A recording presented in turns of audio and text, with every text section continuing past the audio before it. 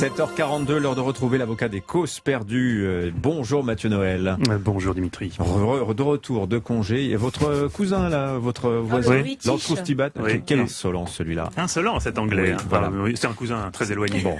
Vous défendez ce matin la Fédération nationale des chasseurs dans la tourmente après les dramatiques accidents de ces derniers jours. Oui, alors bonjour à tous en studio. Je vous présente d'abord mes excuses. Je sais ce que vous vous dites. Ça pue un peu dans le studio. C'est moi, je suis tout crotté, je reviens d'une battue en Sologne. On a chopé 7 lièvres, 4 sangliers et n'en déplaise aux mauvaises langues, pas un seul automobiliste. À propos, vous défendez ce matin Willy Schren, le président de la Fédération nationale des chasseurs. Il s'est exprimé suite à l'affaire de la balle perdue qui a blessé un automobiliste ce week-end près de Rennes. Il a déclaré, Willy Schren, le risque zéro, hélas, n'existe pas. Ces propos ont choqué beaucoup de monde. Hein. Oui, alors, nous entendons bien sûr, monsieur Pavlenko, ces protestations. J'ai enquêté pour cette plaidoirie. Et il est un fait qu'on ne peut pas nier, c'est que la chasse est le seul loisir qui fait courir un risque à celui qui ne le pratique pas directement, avec le lancer de nain. Mais comme vous le savez, qu'on s'en réjouisse ou qu'on s'en offusque, le lancer de nain a été interdit en 95 par le Conseil d'État. Ah, dommage. Ça, c'est votre avis. Il est personnel. En termes de loisirs légal pouvant mal tourner, il nous reste donc la chasse, où, comme le dit très justement mon client, le risque zéro n'existe pas. En quoi cette déclaration fait-elle polémique? Insulte-t-on sur Twitter le président de la Fédération française de pétanque quand, suite à une boule mal lancée, un pastis mal dosé, un accident bête survient, comme l'autre jour chez Dimitri qui jouait aux boules avec des amis sur la terrasse de son penthouse? Putain, c'est mon voisin du 3e. Mais ne culpabilisez pas, il avait qu'à pas être à la fenêtre. Ce sont tout simplement des choses qui arrivent, comme l'a parfaitement expliqué mon client Willy Schren au micro de vos confrères, dans une tentative de justification qui n'était pas sans rappeler notre jeunesse, Dimitri, et les grandes heures des inconnus.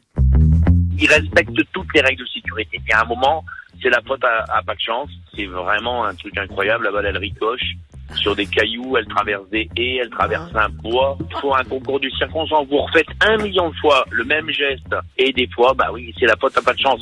Bon alors ok, je vous le concède, il a pas l'air bien mon Willy. Il est pas bien, il a l'air à peu près aussi embarrassé que vous, Dimitri, la fois où votre femme vous avait demandé si vous aviez une maîtresse et que vous aviez répondu en rougissant alors que Cindy était toujours planquée dans le dressing. Mais parce que, oui. Oui, sauf que lui n'a rien à se reprocher, voyez. Rien à se reprocher. Le raisonnement peut paraître alambiqué et balistiquement douteux, il est juridiquement infaillible. Le chasseur a respecté toutes les consignes de sécurité, c'est quand même pas sa faute si cette conne de balle a rebondi contre un rocher. Ce qui nous amène à cette distinction importante d'un point de vue juridique. Il n'y a pas de bons et de mauvais chasseurs. Non, bien sûr. Il y a le chasseur chanceux et le chasseur malchanceux.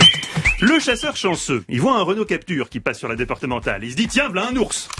Bon, un ours bleu, surtout bleu métallisé, surtout en Bretagne, c'est vrai, c'est pas fréquent. Mais admettons, il tire. Comme il est chanceux, heureusement, il rate la cible et il dégomme par hasard un lapin qui passait par là. Le chasseur malchanceux lui voit passer le Renault Capture, il se dit tiens, voilà un ours. Mais un ours bleu avec des essuie-glaces, c'est bizarre. Ça doit plutôt être une bagnole.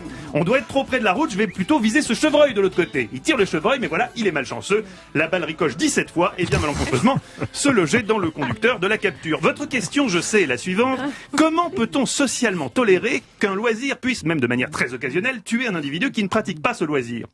Je vous répondrai, monsieur Pavlenko, par une autre question. Que faisait cet automobiliste sur une départementale un samedi matin? Bonne question. Évidemment que c'est une bonne question puisque je vous la pose. Autre question posée, elle, par mon client, donc ça c'est vrai. En fait, est-on vraiment sûr que cette balle a été tirée par un chasseur? Oui, l'automobiliste a été touché par une balle de gros calibre émanant d'une zone où une chasse était en cours, mais qui nous dit que c'était vraiment un chasseur qui a tiré cette balle? Et si c'était la balle d'un Viet Cong qui serait resté coincé dans le bocage breton après avoir été parachuté par erreur en 65 alors que son avion visait Dien Bien Phu? On ne sait pas. Il faut que l'enquête suive son cours. En attendant, de grâce, cessons d'accabler des gens qui sont simplement des passionnés. La chasse, c'est avant tout la communion avec la nature. Ne faire qu'un avec la forêt. Savoir reconnaître les sons. Là, le brame du grand cerf. À ne pas confondre avec le bâillement de la gazelle des Saouira. Baissez votre âme, malheureux. Elle est en pleine période de reproduction, c'est interdit. Voyez, on a des règles. Ne faisons pas d'un accident bête une généralité de tous les loisirs. La chasse est déjà le plus encadré. Par exemple, saviez-vous qu'on est habilité à chasser que si l'on a plus de 8/10 à chaque œil? Tenez, Dimitri, si je vous teste là comme ça au débeauté en studio, regardez à votre droite. C'est Elton John, là? Mais non, c'est Catherine Ney. Pas de fusil pour ce mec-là. Oh!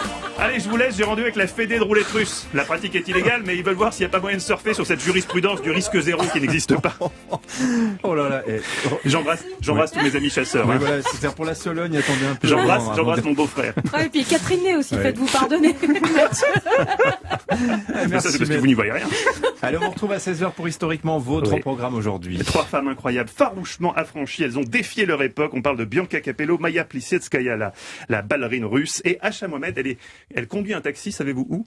Absolument pas. À Mogadiscio. Ah Je bah. peux vous dire que là, c'est du défi. Ouais, là aussi, il faut faire gaffe aux balles, aux balles Aux balles perdues. perdues.